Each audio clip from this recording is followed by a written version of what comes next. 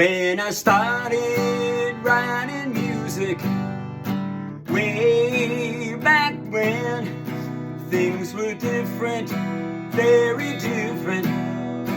Trust me, my friends, Top 40 was all the rage, no matter what your age. But it had to be less than 3 minutes long if you expected it to be played.